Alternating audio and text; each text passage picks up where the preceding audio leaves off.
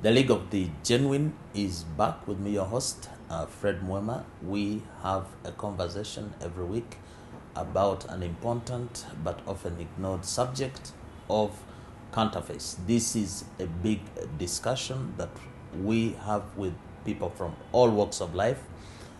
Last week we had somebody from the academic world, a master's student. This week we have somebody, a young lady again, from the media world. She will be sharing with us her understanding, experience, and maybe give some ideas about this subject of counterfeits. Join me in welcoming Sarah Nabakoza. Sarah, you are welcome. Thank you, Council. It's an honor to be here. It's a pleasure to host you. We have been seeing you at many of the events that we have hosted.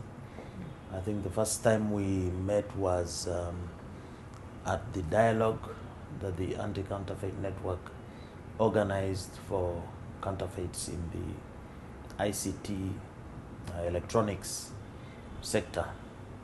Sarah is a journalist, a writer, a news reporter with the New Vision Group. So that is the New Vision newspaper, Book a Day, the Luganda newspaper, Urban TV, Urban Radio, and XFM.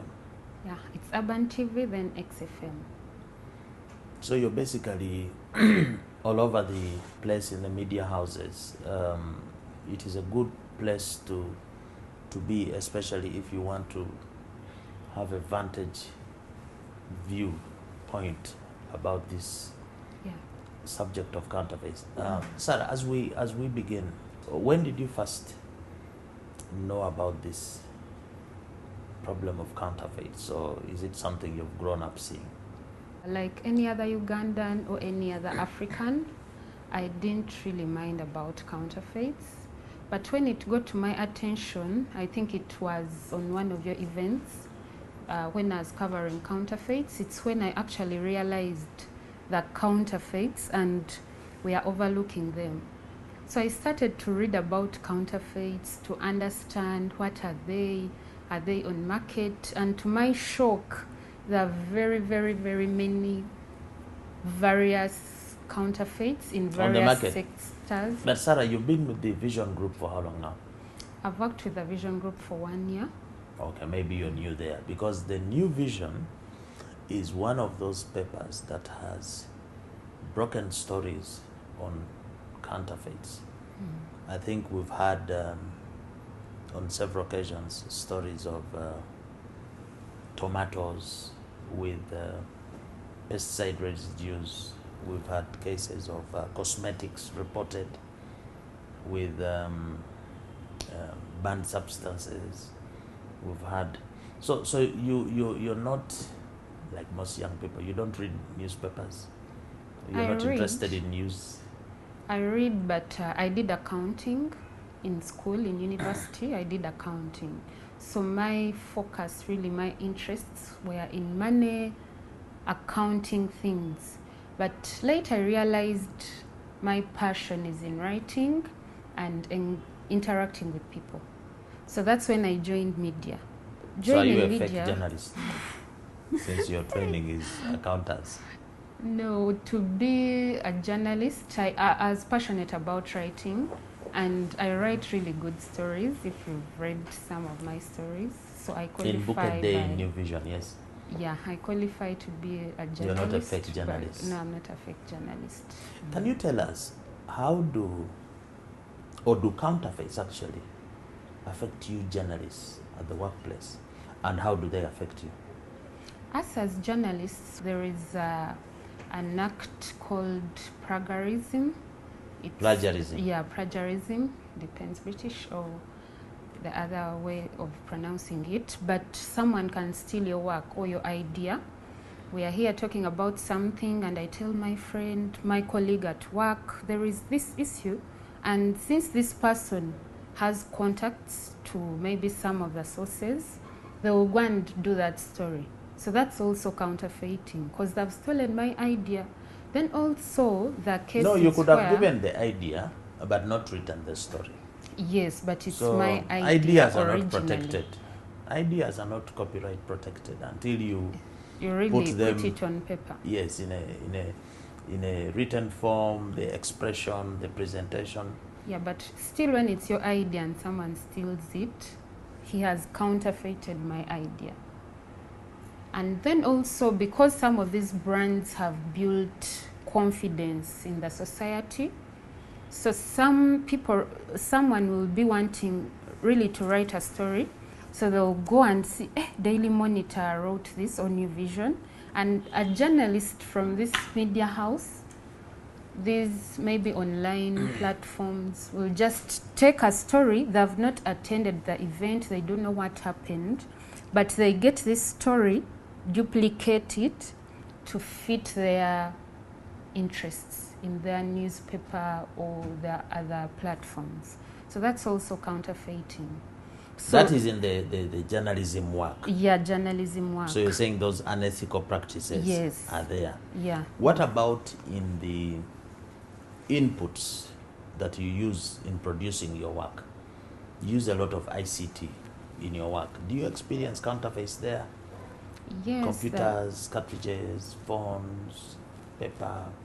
I think people don't really mind about counterfeits as long as they give the same product as the original. They're there, but people don't really mind because the output is the same, so they don't really... So they think it is the same. It's the same, yeah. They don't mind about the counterfeit. But in the long run, it has a lot of effect. Yes, it does. Because if you're going to use a fake accessory for the computer, let's say a cartridge, not only will it fail to serve you, to give you quality work, to serve for the duration, but even the product, while you have finished to use it and trying to dispose of it, maybe the ink that was used was not of the right quality. It could damage the environment, it could damage our water sources. So there's a lot of and then some of them, the equipment, when you're using it, it's emitting certain chemicals and so on. So you can actually fall sick. Yeah, you can even die. A lot of those counterfeit you things. You can die. That's why there are a lot of deaths, because we are consuming a lot of fake things. So these effects keep piling in our bodies, keep piling. But I would imagine that you journalists, I mean, you work for Vision Group, the biggest media group in Uganda. Yes, please. How do you safeguard yourself from eating fake food at office, for example? Is there like some protocol that is followed to ensure that, or are you like the rest of us? We're like the rest of you, really. Because there are people who sell food, but you, when you're hungry, you won't really think about how did they cook this food. Because I think Africans, it's a culture, we don't like researching. We have a lot of information, but we don't really go for that information. Because even young people, the information they want is this one has killed this one put on this Chameleon's show didn't do what? Didn't take off. He has been bewitched. That's what we follow. Yeah, but and it will trend. Yeah, but now. But if you came with a story and said, "Hey guys, be careful. There's a cooking oil on the market. It might be dangerous. It is fake." People are not interested. They're not. Yeah, because now like we have tea here, but if we asked you, for example, do you know who supplies the most of the tea products in Kampala? Do you know? You don't know. But because you want to get safe tea, I stopped using tea bags because a lot of the tea bags have chlorine and a lot of chemicals which are adulterating the tea instead. So I prefer to get my tea brewed without the tea bag. So that's something that I have just learned on this show. You're among the few people. Now, like, people eat matoke, people eat chicken in restaurants, but if you ask them, do you know the ingredients these people use? Where do they get tomatoes from? They don't want to know. All they want to know is Chameleon's show is off. wind took the stage of they don't really mind about the important information. Yet this information is actually there. There are laws that protect the citizens from these counterfeits. But how many people know that we have acts that have counterfeits included? Why do you think? Because human nature, by nature we are selfish. I would like to protect myself. You would like to safeguard yourself. If there was a lion jumping here, I don't think you'd first try to save me or the production crew. You'd try to save yourself.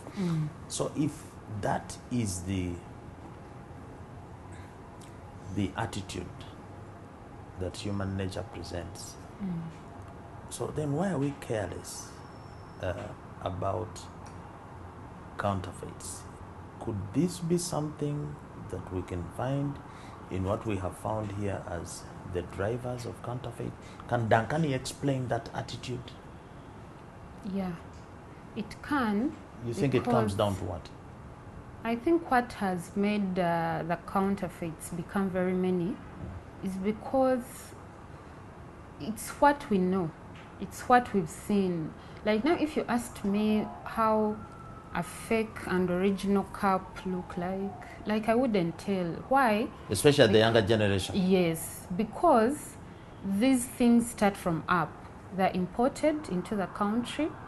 Most of these things, the clothes we put on, the shoes, the cosmetics we use, these are the things on market. They've become normal because the ones so available. there's normals there. Yes. So you're saying because it's normal.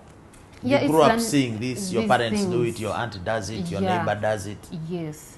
Because when you go to the shop, I don't even think these retailers and wholesalers also know.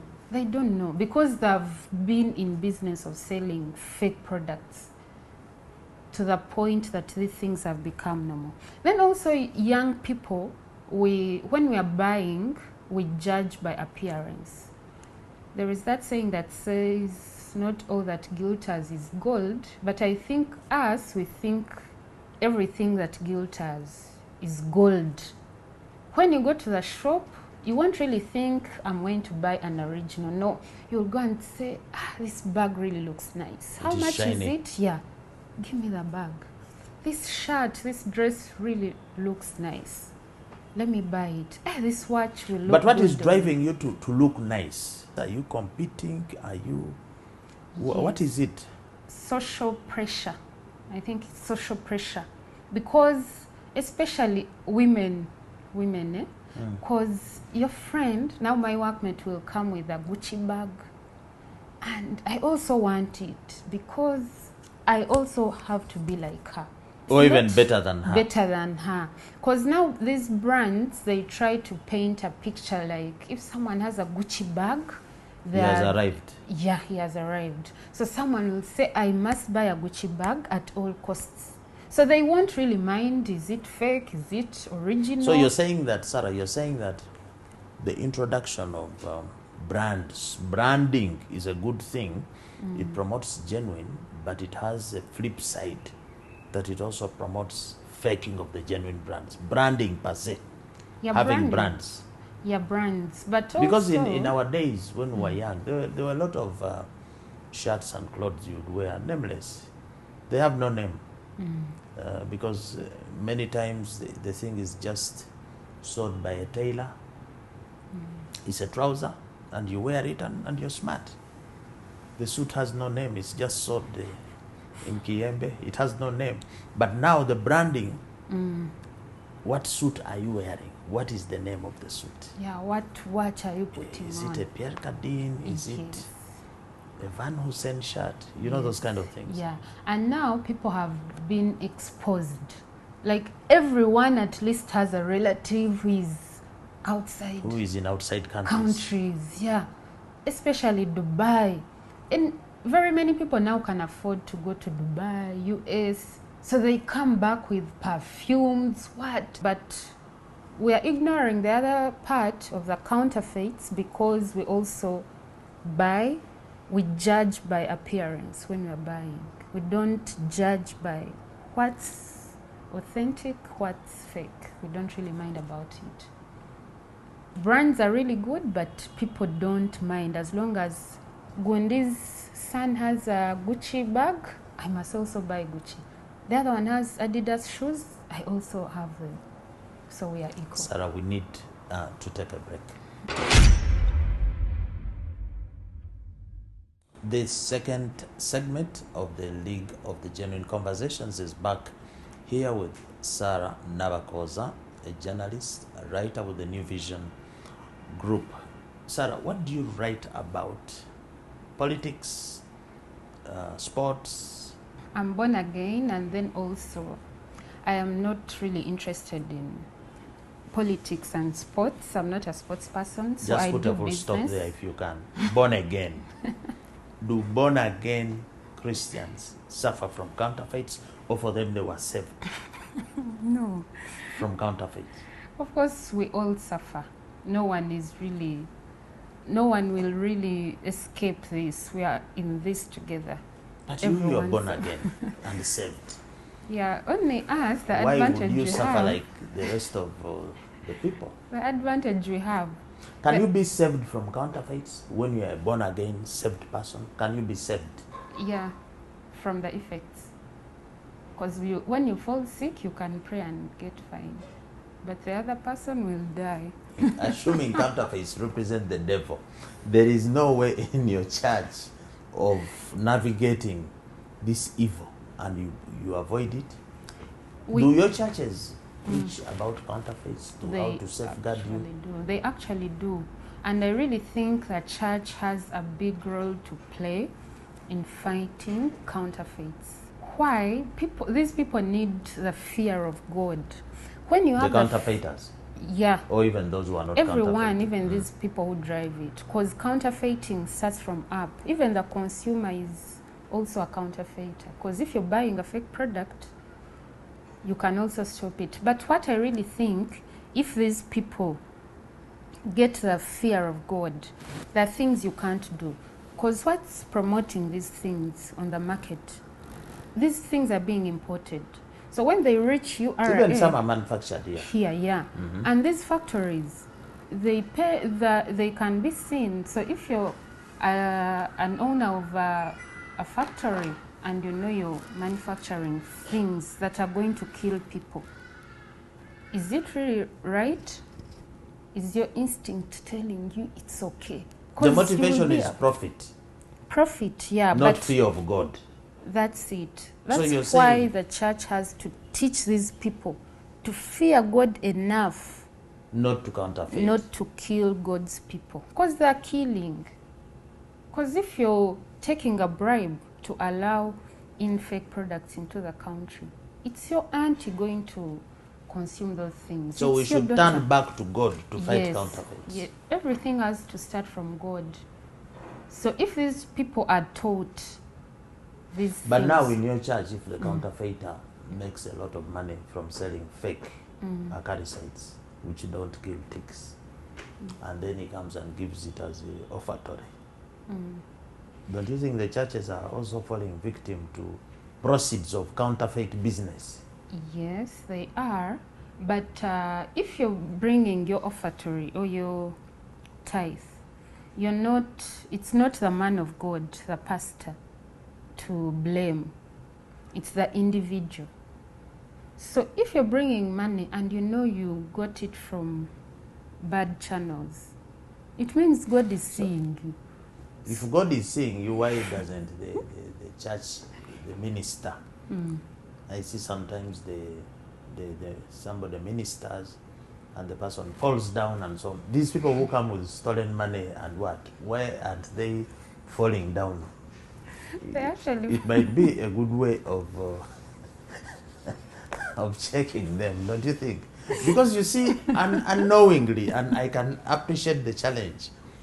You have a church, you're preaching the word of God, you're teaching people the virtues of a good life and how to have compassion and love one another, and you know, and then some faker comes in the middle of the congregation And he's even pulled at the front of the pulpit.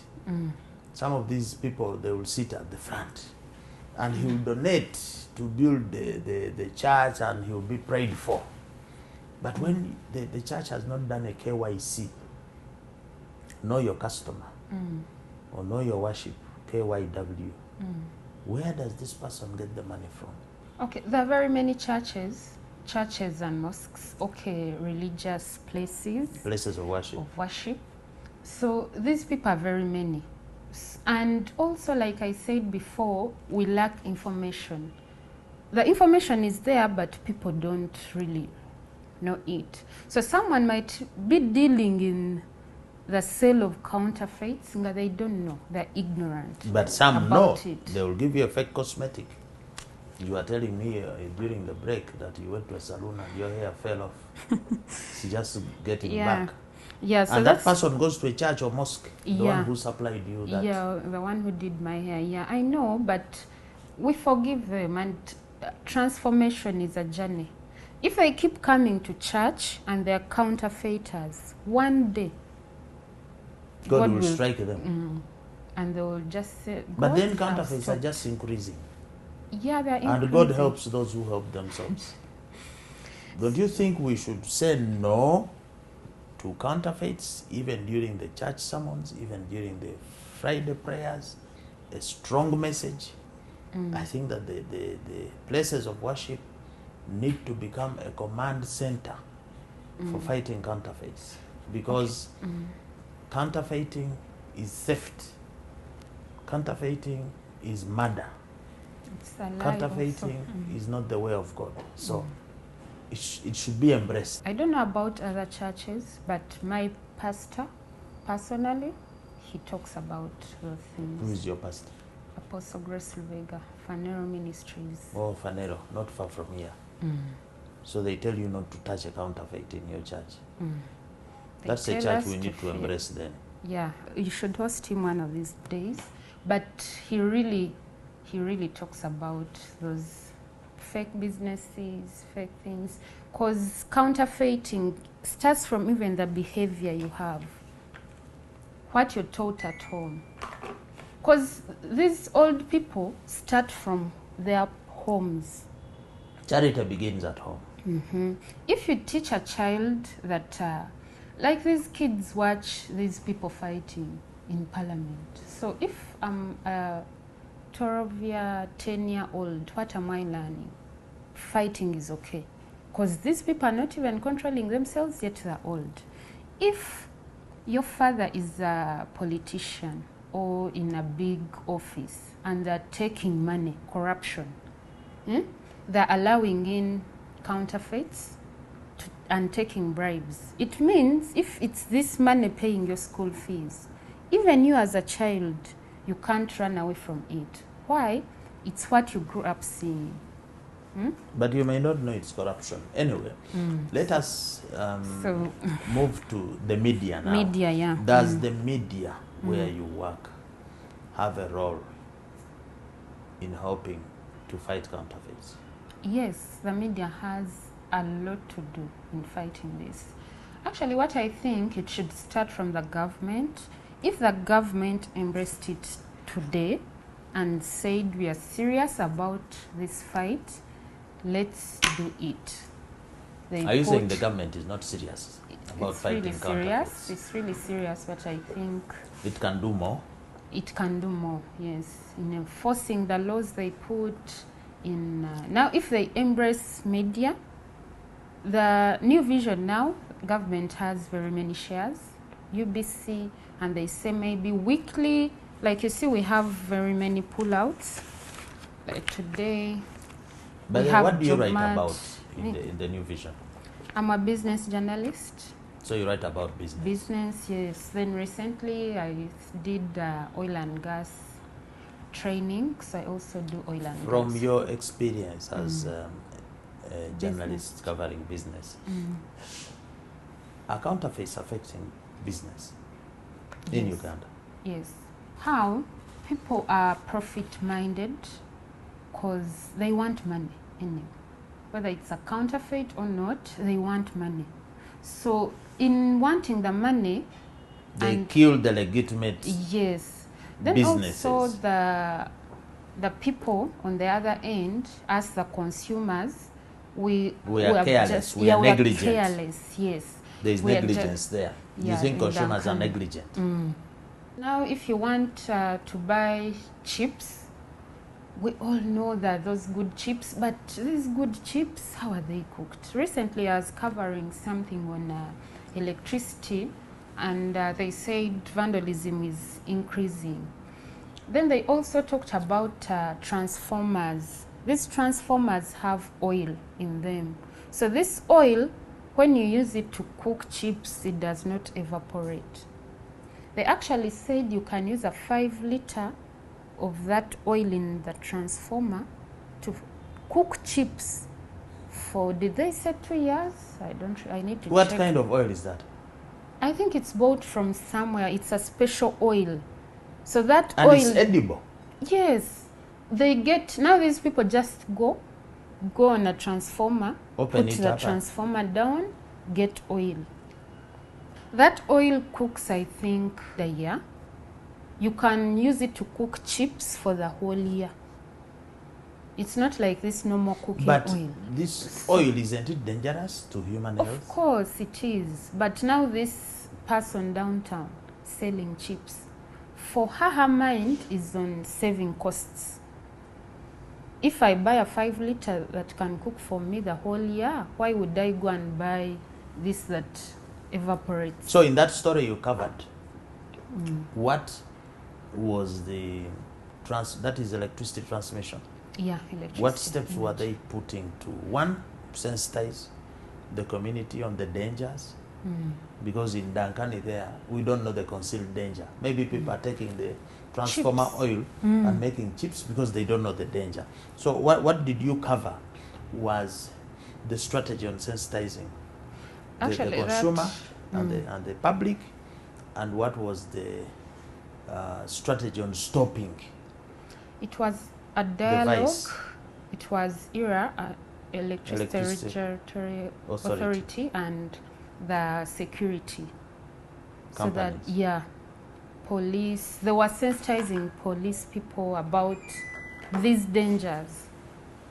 Because people don't know that this oil is being used to cook their chips on the road. They just go give me chips for 2,000. You're taking oil from a transformer, you don't know. So after 5 years, you're going to develop a cancer from this oil, die. So I think the concealed danger, people don't have a lot of information. They don't really look out for this information. Because this information is there. Now that was a story we covered, and it ran in the business. Yeah, it ran in the New Vision. But how many people buy the New Vision to read? They don't mind about Manchester beat Arsenal. Things that really don't matter. Yet the real information is there, because we are covering those stories, running them.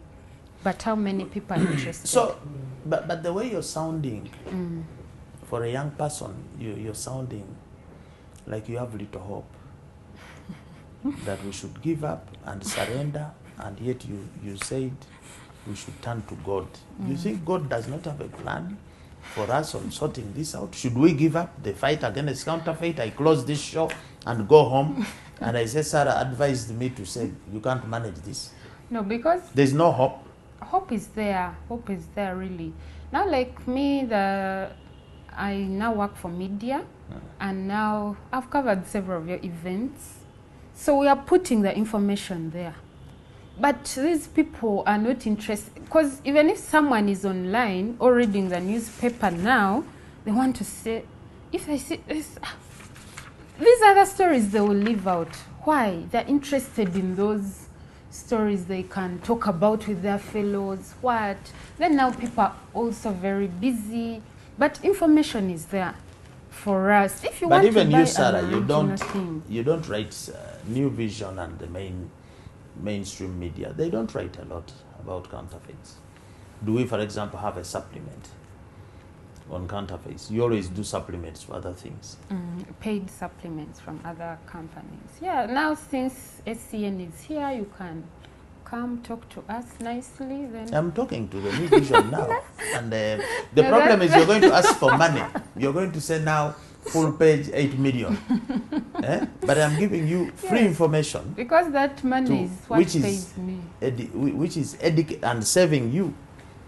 If you give us a deal and say every Monday run for us anti-counterfeit information, you will give New Vision money. Because one of the challenges I have with the newspapers, every time you advertise, okay, a genuine product, you are also advertising a fake product.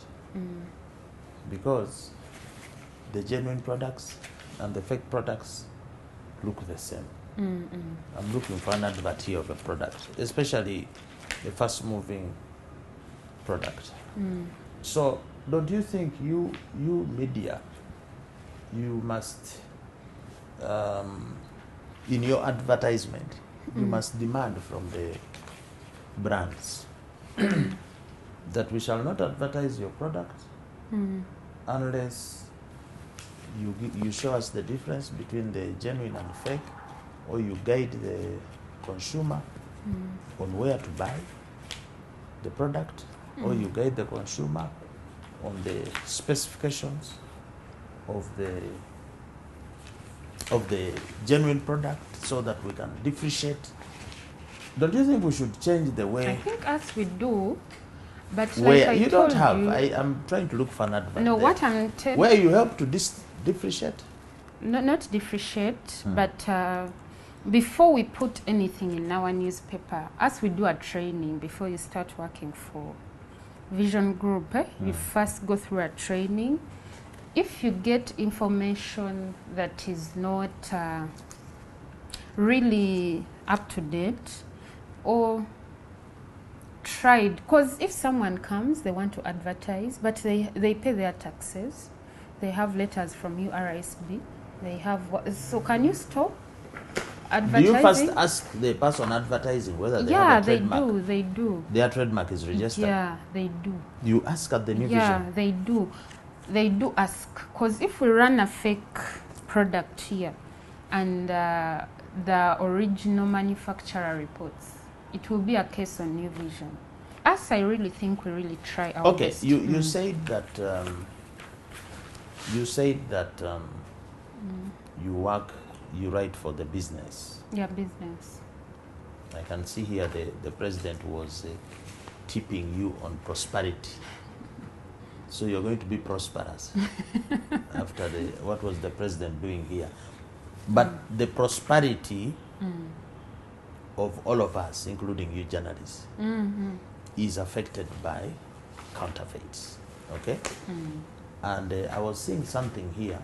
There's something you have called Job Mart. Yeah, it runs on Mondays. Yeah. Okay? This is an old paper which has Job Mart. Now, there's something I saw. Yes, I think it is there. They were talking of literacy skills. There was a training on financial literacy skills. And I think it was Postbank there that sponsored to train some entrepreneurs. And my question is, from your understanding, do you think that if you are given the best financial literacy skills, you can succeed even in the face of counterfeit products and services? Can't they pull you down? Now counterfeiting has gone so deep that even the skills are counterfeited. And how? Because someone will go to an institution or for training and maybe doesn't get the marks, then they forge maybe papers. So I really think forge the academic qualifications. Yes. But a lot of these things, like I have seen some of the jobs, they will say 5 years experience, working experience. Can you fake the working experience? Yeah, you can.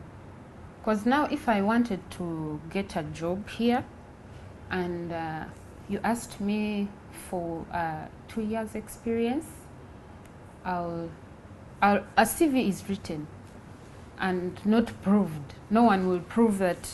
The only proving that you can do is calling the people they put down. The referees. Referees. So if I put a referee who is my friend maybe owns a hospital and I'm looking for a job to work as an accountant in another hospital, I'll just tell her, when they call you, say this, and this.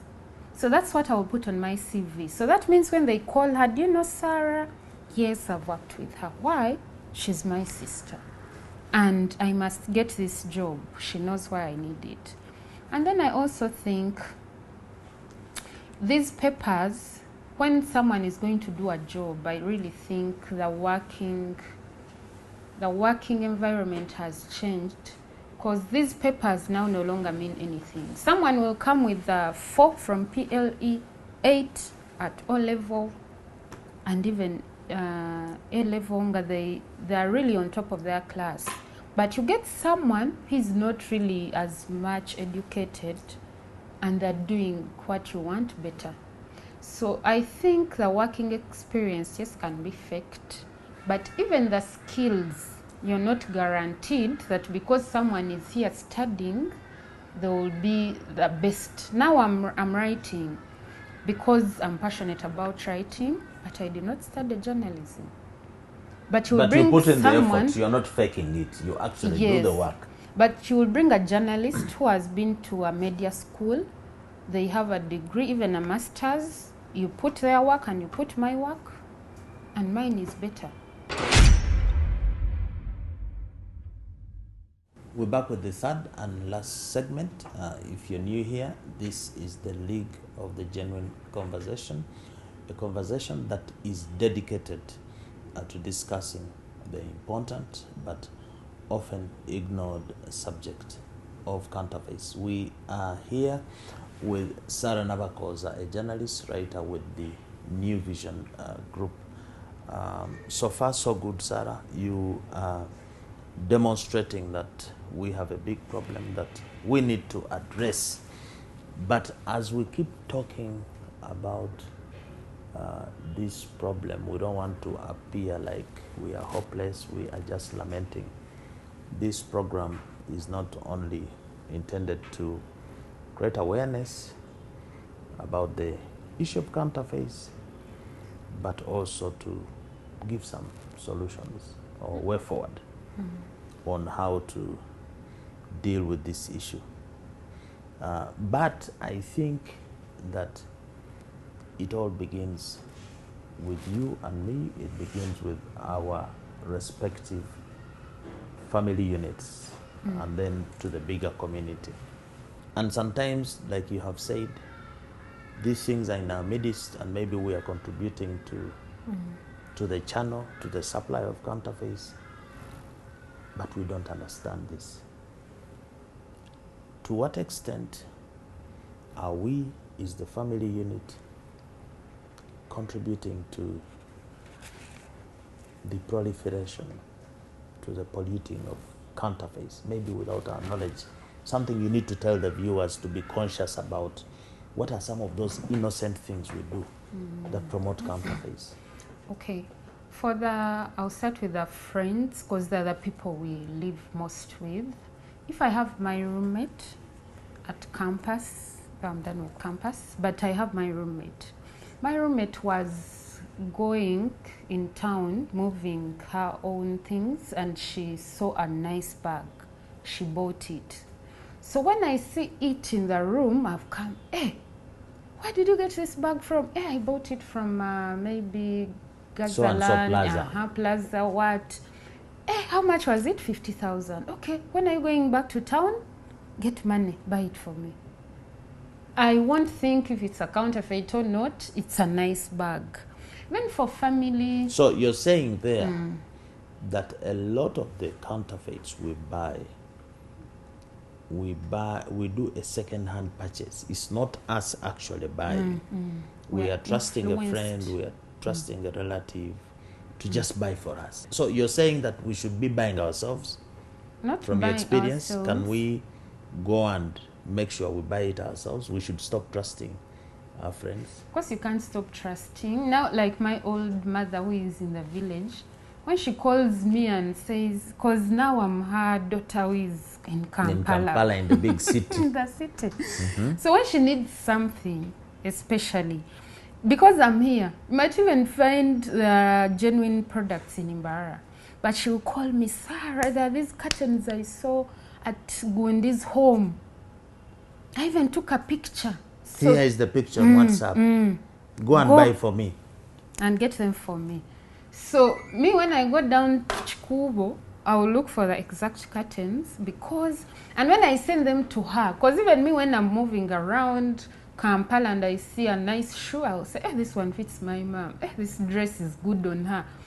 When I send it to her, do you really think she will mind? First of all, this is from a loving daughter. Loving daughter who is in Kampala, educated. And Kampala is a big city. Yeah. It has nice things. She's working for a big company.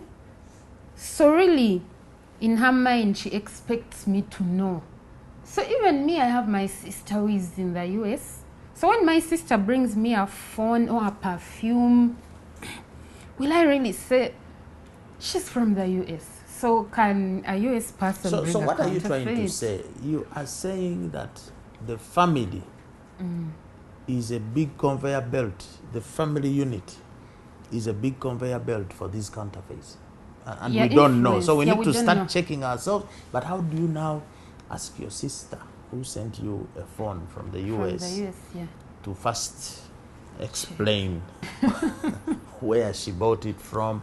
She might even think you're being finicky or, you know.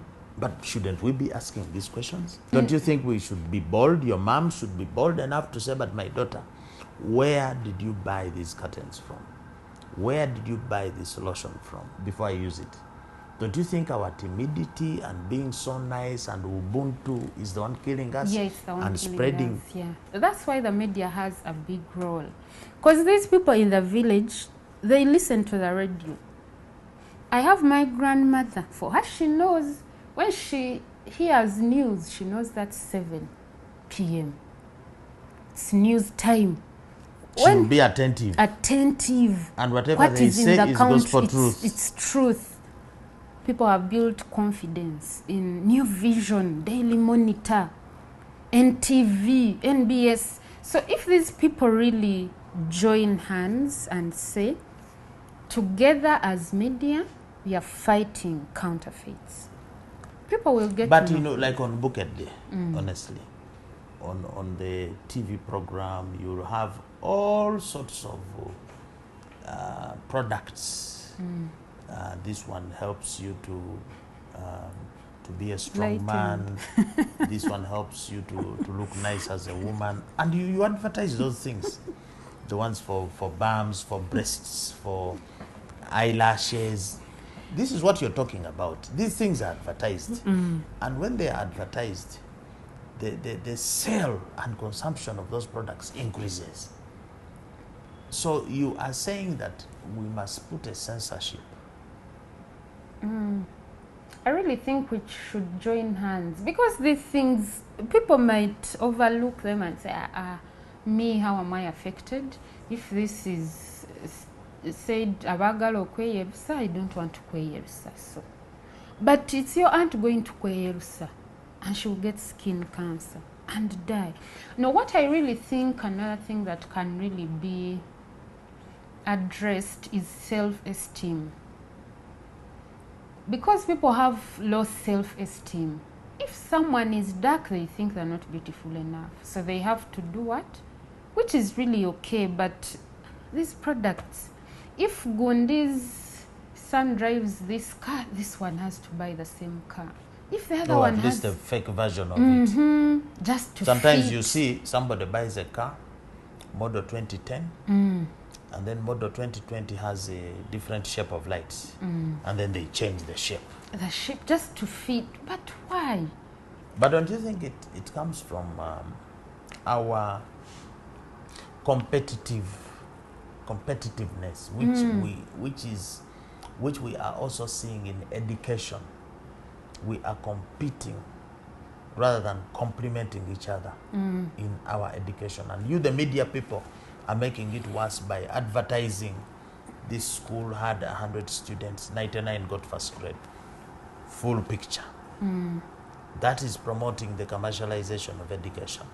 And that is also promoting counterfeits in education, because people have got to fake it until they make it at any cost. Yeah, it really happens because they have to make money in the first place. So money is the root of all these problems. Yeah, and then also, like I said, self-esteem. People are not content. Then even these parents, I think I was reading a book, 7 Habits of Highly effective people. And there is a story of the woman was saying the son, I think the son used to overfail in class or fail at something. Then they used to tell her, tell him you can do better, you can do, until they realized that was wrong. Just appreciate what they already have to put them. But when a child comes, they have 8. Recently there was a tweet, a parent tweeted that I drive at 5 a.m. to my job, and then my kid comes back with I think 13 or something. So this parent is minding, I saw that comment, is minding about himself. I drive every time. I sacrifice. You're not letting the child to be. Yes, to be and appreciate. Life is not about academic excellence. Academics, yeah. But now you're frustrating this child, because the child will think, I'm not good enough. But is it true? Is everyone who is successful, did they get 4 at PLE? Because there are people who got 4s and 8s at O level. They are there. They are border riders. And someone who got a 2nd grade is maybe a big lawyer or a big business person. In some places, the parents are very proud to say that in our home we have had 6 graduates. So those are 6 parties. Yeah. So the whole village fears that home. Those people are lucky. Yes. And that parent is the pride of the village or the town. All the kids are graduates, but they never ask they are graduates, so what are they doing and what have they done? Yeah. What have they invented? What are they contributing to the community? They don't really even ask girls, when you finish school, you're working, why are you not getting married? When we go for these events at home, you go maybe for burial, Christmas or something, they tell you, so and so's daughter got married.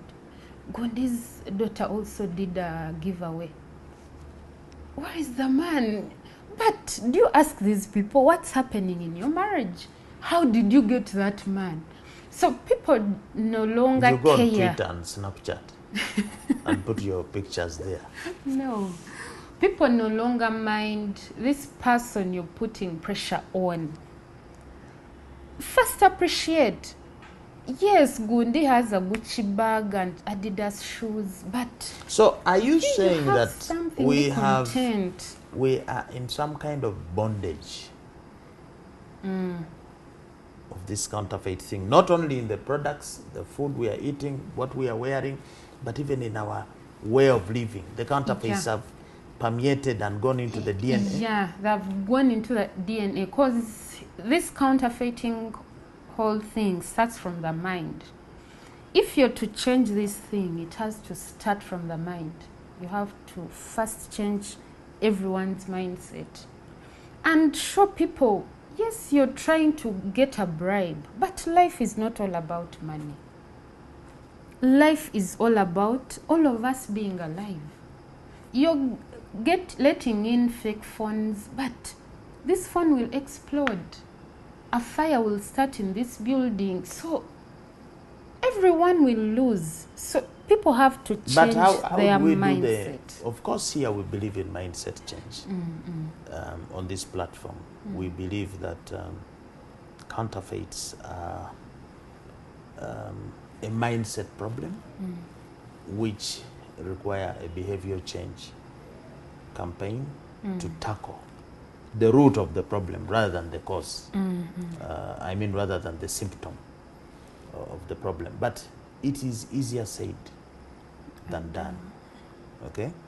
To get people of your generation, even of my generation, to pay attention to this subject is extremely hard. Extremely hard. So that's why we appreciate people like you coming out to help to spread the message, because end of the day, counterfeiting is an existential threat to human beings. So you as a person, you say you have learned about, or you knew about this subject, it's now coming to 2 years. How are you safeguarding yourself against counterfeits? And what tips, as we close, can you give to the viewers? How do we protect against counterfeits? I'm sure you take milk. For example, milk, a lot of it is From adulterated. Okay. No, me, I actually don't take Kampala milk. But You don't take Kampala milk. it doesn't taste like the milk from home. So you order from, you tell your grandmother No, to when I put- go home, I come with milk. When I'm here, I don't take milk. I take black You've tea. had a bad experience with milk No, it here. doesn't taste like our milk at home. So your As we get solution from is, Macau. if you're not sure about the product, don't take it. Like you gave up milk. Yeah, but someone might have a different reaction to it. But me, what I really think can stop this, number one, like I said, I'm born again. So people need to start fearing God at least. Fear God enough not to do those evil acts. I know we are all Ugandans. Our blood, if you cut us, it's all red. So people should embrace the fear of God. But we have so many churches which are mushrooming every day. Yeah. And yet we have more and more counterfeits. So it appears there's a relationship between the more we become religious, the more we counterfeit.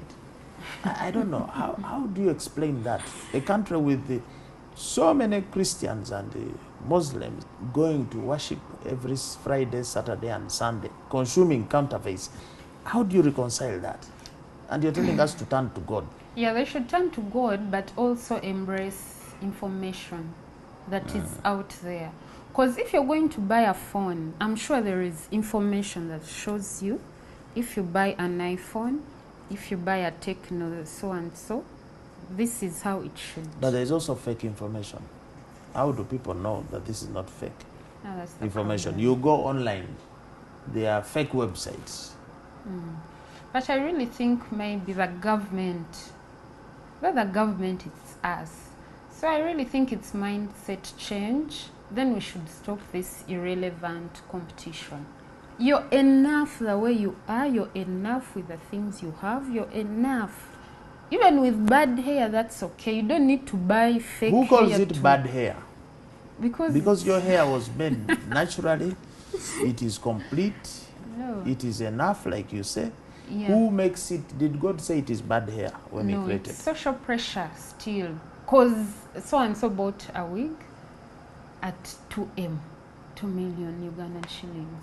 So you will buy the one for 500 Ugandan shillings to And you have to 4 times feel less like, yeah, to than the feel person. like the other person. But you can get your original piece, which is not as good as the one for 2M, but also good and original at that price. And then also, these other places should embrace teaching people self-esteem, to be enough the way they are, and wait on God. But you are born again, you are waiting on God, and you're not enough. You wear lipstick. Why do you put a lipstick if you are Yeah. enough? The Bible says Or is you it have allowed? to look. It's allowed to look beautiful, really. You shouldn't, because you're born again, go with shabe and what? Because you're born again. No, we are. The Bible says You can put some lipstick. no. We are in the world, but we are not of the world. But we are in. So if you're in the world, you have to do things of the people in the world and look good. Because no man will come from anywhere and like a girl who is just there looking anyhow. Or no employer will If just after take. this interview you send us a card inviting us to your wedding, we wouldn't be Amen. surprised. You Amen. have represented yourself very well on the show. You have spoken very articulately on the subject, and so we wish you the best in all your endeavors, and we are looking forward if we can be able to get in touch with the Apostle Vega. We shall be happy to know what the church is doing to help in the fight against counterfeits. That has been a conversation with our special guest here, Sarah Navakoza, with the New Vision Group. She has told us we are people of the world. As We the are, born again, yes, we are in the world, but we are not of the world. we are in the world but not of the world. We need to be signing off here. Those are words of wisdom from Sarah. We hope you have learned a thing or two from this conversation. Remember to make a date with us every Friday. The League of the Genuine Conversations with me, Fred Mwema, returns, and we appreciate. If you like what we are doing, please do not forget to subscribe to our channel. We appreciate very much the fact that you can share and that you can put that notification to always be reminded about this program every Friday. As always, don't be fake, buy and sell genuine always.